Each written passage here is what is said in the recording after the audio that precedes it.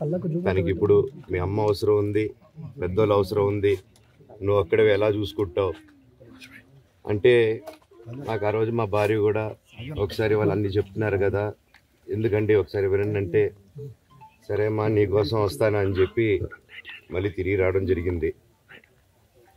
And నేను ఈరోజు నా గురించి ఆరోపణలు వేస్తున్నారంటే అది నేనేం చెప్పలేను, ఓన్లీ మీకు ఆధారాలు మాత్రమే చూపించగలుగుతాను.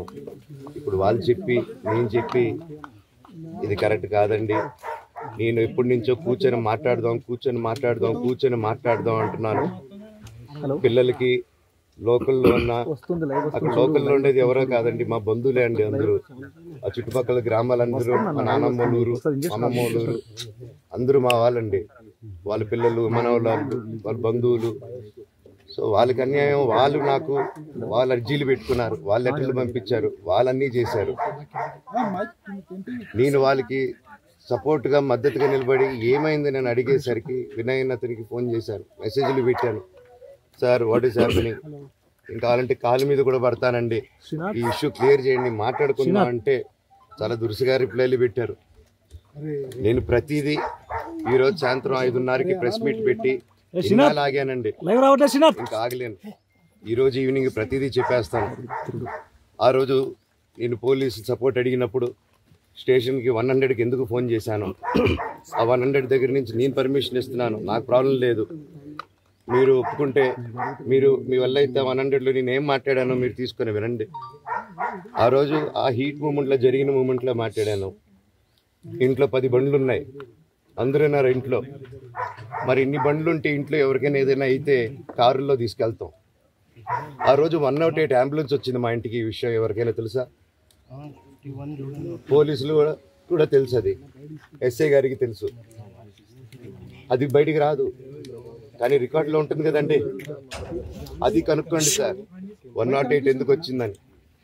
అండ్ నిన్ను ప్రతిదీ నేను కొడుతున్నాను ఇది చేస్తున్నాను అన్నారు కదా సార్, సీసీటీవీ కెమెరాలు తెప్పిండి సార్. నేను కిరణ్ని, విజయ్ని ఇమ్మీడియట్గా తీసుకొని యాక్షన్ తీసుకోండి, వాళ్ళే దొంగతనం.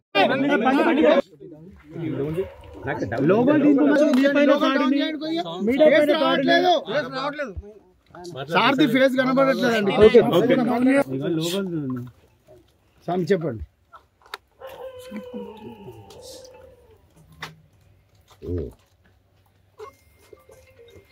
ఇలాంటి రోజు వస్తుందని ఊహించలేదండి. నిజంగా మీడియా మిత్రులకి, ముఖ్యంగా 2 అన్నలకి నా క్షమాపణలు. మా నాన్న తరఫున, మా అన్న తరఫున నేను సారీ అడుగుతున్నాను. నేను నీ తమ్ముడు అనుకోండి, మీ వాడిని అనుకోండి, మీకు నీ తోడుంటాను. మీకు ఏదున్నా నాకు ఫోన్ చేసేదండి, నేను ఎప్పుడు ఒక్క కాల్ దూరంలోనే ఉంటాను. I will always be there to support you and your family. And I'm sorry, నా కోసం సపోర్ట్ చేసేదానికి వచ్చి మీకు ఇలా జరగడం నాకు చాలా బాధగా ఉంది. నా భార్య పేరు లాగుతున్నారు, 7 నెలల కూతురు పేరు లాగుతున్నారు. నేనేం అడగలేదు, సొంత కాళ్ళ మీద పనిచేస్తున్నాను. మా ఆవిడ కూడా వాళ్ళ ఇంటి వైపు ఏ డబ్బు తీసుకురాలేదు, వాళ్ళ ఇంట్లోనూ డబ్బు అడగలేదు, నేను అడగలేదు, ఆస్తి అడగలేదు. మా ఆవిడ 7 నెలలు గర్భవతిగా ఉన్నప్పుడు తనకి 7 నెలలు ఉన్నప్పుడు మా అంకుల్ వాళ్ళు ప్రతి ఒక్కరూ 7 నెలలు కాదు 7 నెలలు తను ప్రెగ్నెంట్గా ఉన్నప్పుడు మా అంకుల్ విజయవాడలో ఉంటారు. అండ్ ఇక్కడ కొంతమంది అంకుల్ నాన్నగారు బాగా క్లోజు. మనోజ్, నువ్వు ఎన్నో సంవత్సరాలు ఇంటి బయటగా ఉన్నావు, నీ సొంతంగా ఉన్నావు, మీ నాన్నగారు అమ్మగారు ఒకరే ఉన్నారు.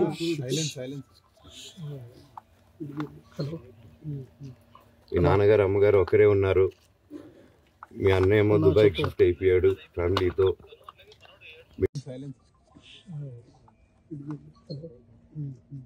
మీ నాన్నగారు అమ్మగారు ఒకరే ఉన్నారు. మీ అన్నయ్య ఏమో దుబాయ్కి షిఫ్ట్ అయిపోయాడు ఫ్యామిలీతో. మీ వైఫ్ ప్రెగ్నెంట్గా ఉంది.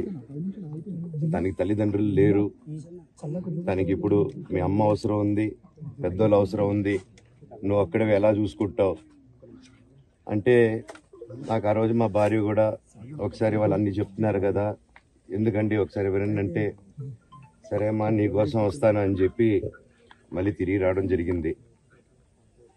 అండ్ ఇది ఈరోజు నా గురించి ఆరోపణలు వేస్తున్నారంటే అది నేనేం చెప్పలేను, ఓన్లీ మీకు ఆధారాలు మాత్రమే చూపించగలుగుతాను. ఇప్పుడు వాళ్ళు చెప్పి నేను చెప్పి ఇది కరెక్ట్ కాదండి, నేను ఎప్పటి నుంచో కూర్చొని మాట్లాడదాం అంటున్నాను. పిల్లలకి లోకల్లో ఉన్న అక్కడ లోకల్లో ఉండేది ఎవరో కాదండి, మా బంధువులే అండి అందరూ, ఆ చుట్టుపక్కల గ్రామాలందరూ, మా నానమ్మలూరు, అమ్మమ్మలూరు అందరూ మా వాళ్ళండి, వాళ్ళ పిల్లలు, మనవాళ్ళు, వాళ్ళ బంధువులు. సో వాళ్ళకి అన్యాయం, వాళ్ళ అర్జీలు పెట్టుకున్నారు, వాళ్ళ లెటర్లు పంపించారు, వాళ్ళన్నీ చేశారు. నేను వాళ్ళకి సపోర్ట్ గా మద్దతుగా నిలబడి ఏమైంది నేను అడిగేసరికి వినయ్ అతనికి ఫోన్ చేశాను, మెసేజ్లు పెట్టాను.